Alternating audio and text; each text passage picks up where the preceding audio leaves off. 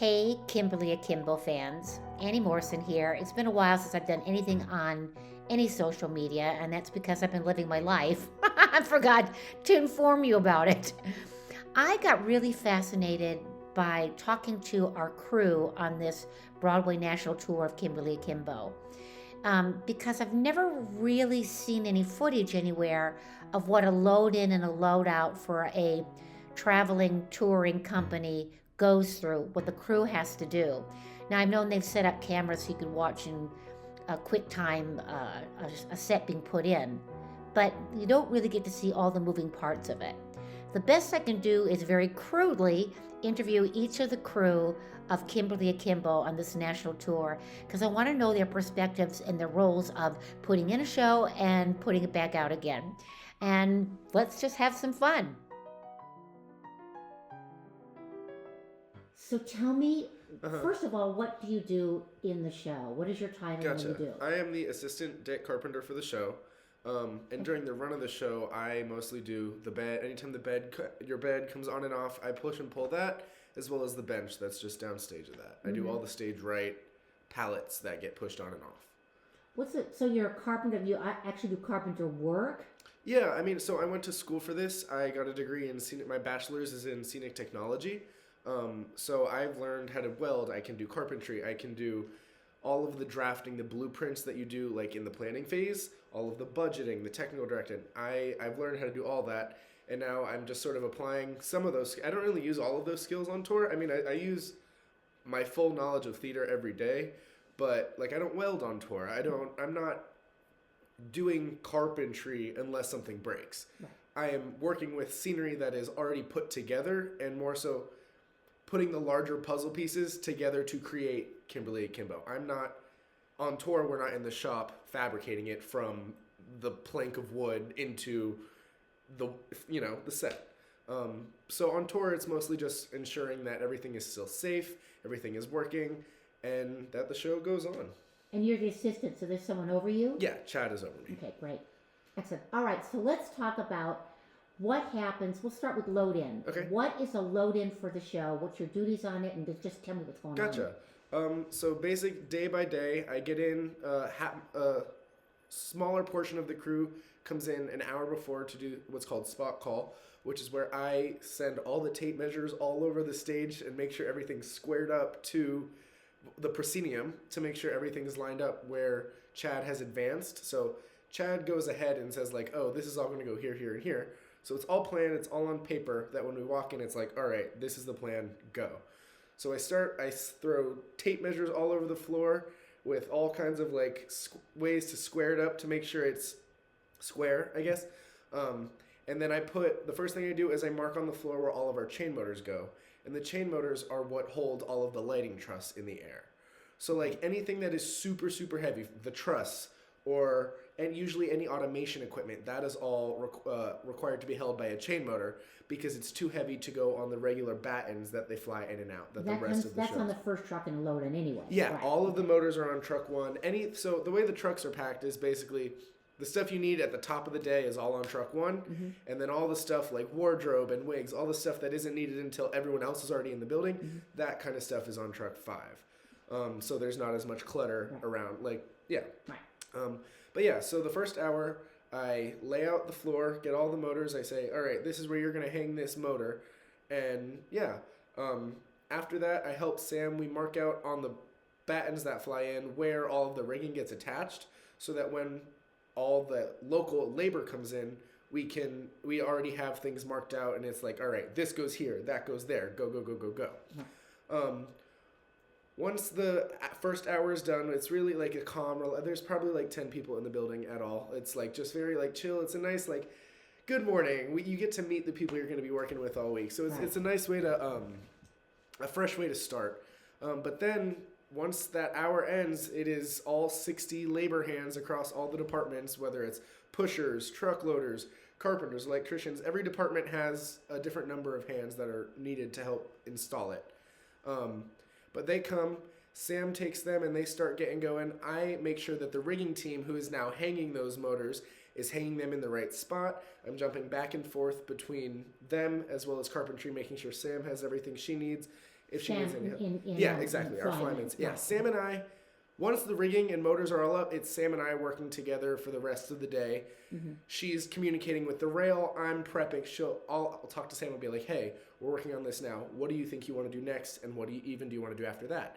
So she'll be like, oh, I want to hang the rink wall. Okay, well, I know in my head we need the hardware for it. We need the tools to install the certain hardware. And we need an 8-foot ladder. So while Sam's talking with the rail, getting them to bring in all the pipes that we need, mm-hmm. I'm prepping all of our stuff so that it's like I try to keep, you don't want to lose momentum. That's my biggest goal is like you want to have the next 3 things lined up so that, let's say, we do get stuck on this thing. Well, I already have this one ready. We can put a pin in that one and start the next thing. Right.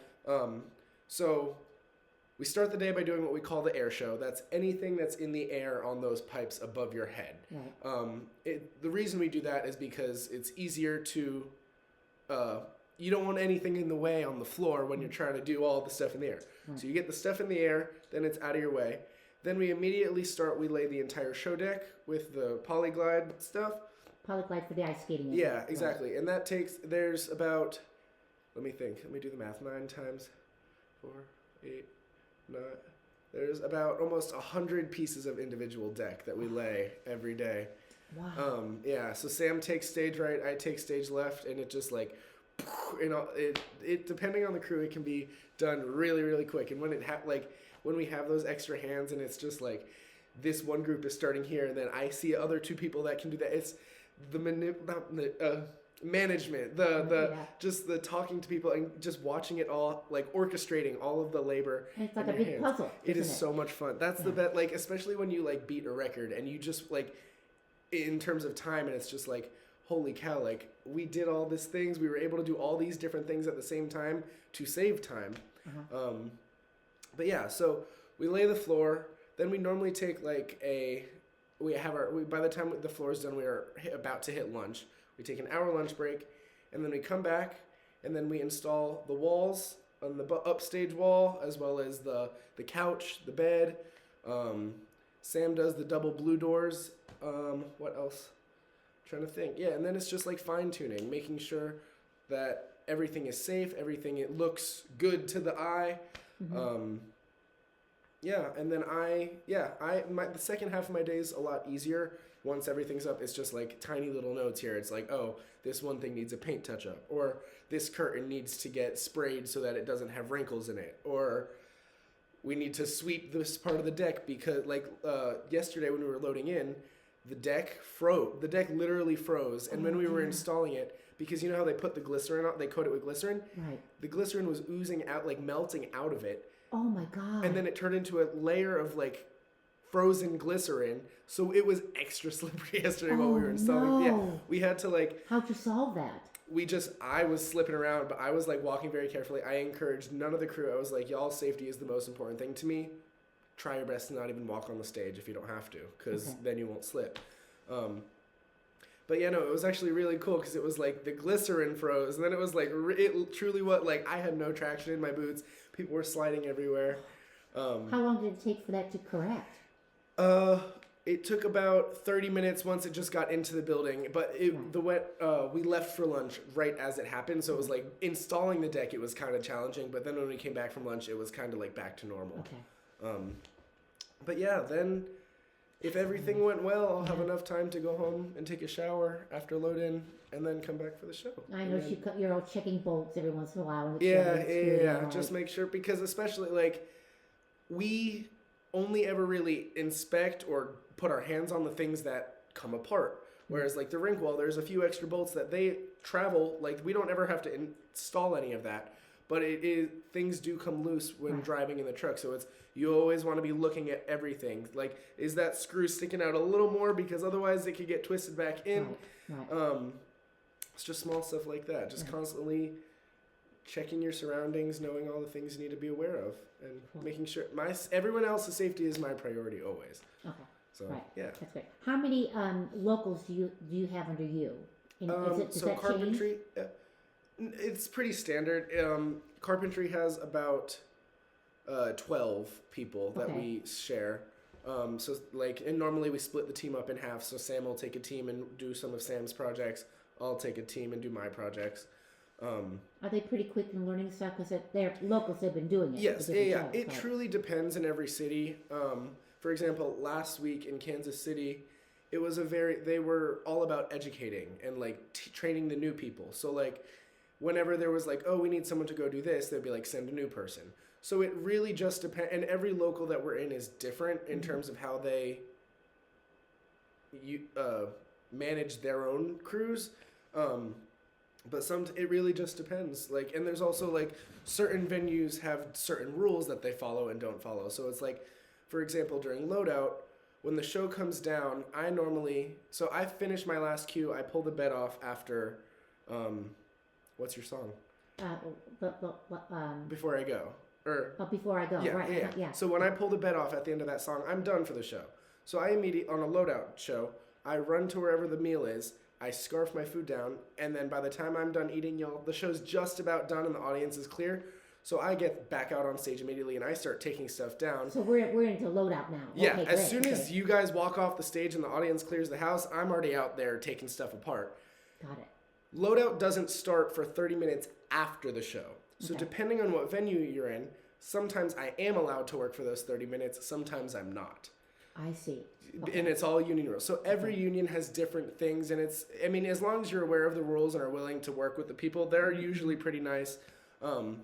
It's the big things like don't run any motors, don't run any large things that would require eyes on the floor. Right. So what I do, some of the small tasks I do, I take the blinds off of the walls, like all the small things, like all the set decorations that I can take off for props, I take off. I detach all the walls from the floor so that when we do get the hands and it's time to walk the walls down, they're ready to walk. We don't have to then detach to then walk down. Right. It's doing all the small things that you can so that when you do get the hands, you're not wasting their time. Got it. You want to just keep a constant roll the entire time. Right. Yeah.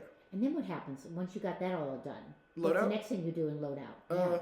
Loadout, it's basically it's basically in reverse order. Mm-hmm. So we start with the walls, which are the last thing to come down. Mm-hmm. Then we do the deck, and then it's the air show. So it's basically load in, but in reverse. However, it's much faster because at this point, it's just get it in the box. Whereas on load in, it's like, all right, this has to be at this exact measurement in order for it to line up. So loadout is much easier. Loadout's my favorite part of the job. That's the part where it's like, all right, we have a flight in 8 hours, and we need to sleep for at least 4 of those. Let's go. So it's just like, do your best. But that's like, I don't know. Some people call me crazy. I love getting no sleep and just going into the next travel day knowing that I'm going to be cranky and tired.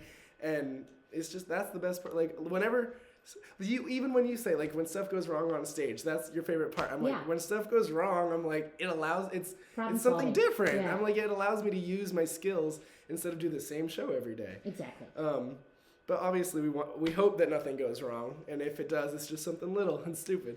Do you what cities have you found? Well, you don't have to name the cities, so we don't want to shame anybody. But have you found places that took longer than others, and why? Yeah, I mean, it also a lot of that has to do with the venue that you're in. So, for example, where were we? What was the first city after layoff? Tennessee, Knoxville. Knoxville. Yeah. They don't have docks. They are a street dump. So there's whether or not you have a dock a loading dock is the most important thing, because if you don't, you're using forklifts on the street to then dump the trucks one box at a time, and then it has to get in. Additionally, in Knoxville, that venue was much smaller, and to get anything in that building, it was an elevator on the first floor that had to go up to stage level, and then you could. But then when you were at stage level, there was no room on stage for all of our cases and boxes that the stuff is in. Right. So it was a huge communication. The walkies were going all day. It was like, all right, I'm done with this box. Where can I send it? So then it was like, as we would finish things, we would get them prepped to go back down. Like, it's just, every venue's different. Yeah. And if it's not a loading dock, and it really just comes down to how much space you have to be able to spread out and stay organized. And when you don't have that space, it requires a lot of teamwork and organization. And Chad is incredible. Like, his brain is just I wish I could be in his brain and thinking about all the things that are going through his head, because I'm only thinking about carpentry, but Chad's responsible for all of the physical elements of the show. The head carpenter is responsible for making sure the entire crew gets taken care of. Right. But yeah, the venues, it all depends. Like, I'm trying to think what's some of the like one-nighters, like Red Bank is going to be very, very challenging when we go there because that's a super, super small venue. And they have to redesign the set. Exactly. So like those are some challenges that we'll have because it's like, think about if the set doesn't even fit, where are the gondolas going to fit? Right. Things that aren't required for the show but are required to run the show. So it's like, are y'all going to just be running to your dressing rooms, or are y'all going to have, like, you'll always have your star booth, but are the teens going to have to run to the dressing rooms? Probably. Exactly. So it's like all those different questions and things to consider in every venue. We have to do it. Right. That's really fun. Okay. Yeah. Can you think of anything else that you need to tell me that I didn't ask? I mean, I just really, like, there's just the love for the job. Yeah. Like, it's working with people, getting to, like, my favorite part of the job is load in and load out. It's the management process. I love watching, like I was saying earlier, like, you have 10 people that you're working with who've never done this before, and they're fully functioning based off the directions I give them. Mm-hmm. So it's really cool, like, certain days I'm like, okay, well, when I explained that, I could tell he was much more confused. So the next week, when I explained it, I left out a detail that was confusing. It's just, when you're doing the same show every single day, you find what works and what doesn't. Yeah, and be a better communicator. Exactly, yeah. And that's oh my God, communication. It is, that is what this job is at the end of the day. It's just making sure everything is safe, everything is on schedule. I'm trying to think. Oh my God, I could talk forever. When did you join the union? I joined the union going into right before going on to my first tour. So in order to tour, in most tours you're required to be a part of IATSE. There's an agreement across most producing organizations. Mm-hmm. I joined the union in summer of 24, right before I went to Japan for my first tour. Mm-hmm. And my process was a little different than most people. A tour picked me up before I had ever been in the union. So I joined instead of a local number, whereas like most unions are local 1 in New York or a numbered local. I am ACT, which is Associated Crafts and Technicians. It's the touring local basically. So, yeah. Oh, great. And so all right. So when you're done with this, do you already have an idea where you're going to go next, or you're just going to wait and see what happens? I don't have an idea. I have speculations. I have things I'm interested in. Mm-hmm. I know I need to take time off. That is the most important. I plan to take the summer off, which is good because instead of stressing, I know that I don't need a job until August or June, you know? Do you want to go out and do a tour again, or would you like to be in a regular theater? I think I want to be on tour. Okay. I love the traveling aspect. It's in just exploring and doing all the different things. And it's also cool because the challenge of we're in a different venue. What is the puzzle like today? It's something different. Right. But yeah, no, I love, especially while I'm young, just getting to see the world and have all these crazy experiences. That's great. That's wonderful. I love it. Okay. I'm so glad we did this. Absolutely. It was so much fun.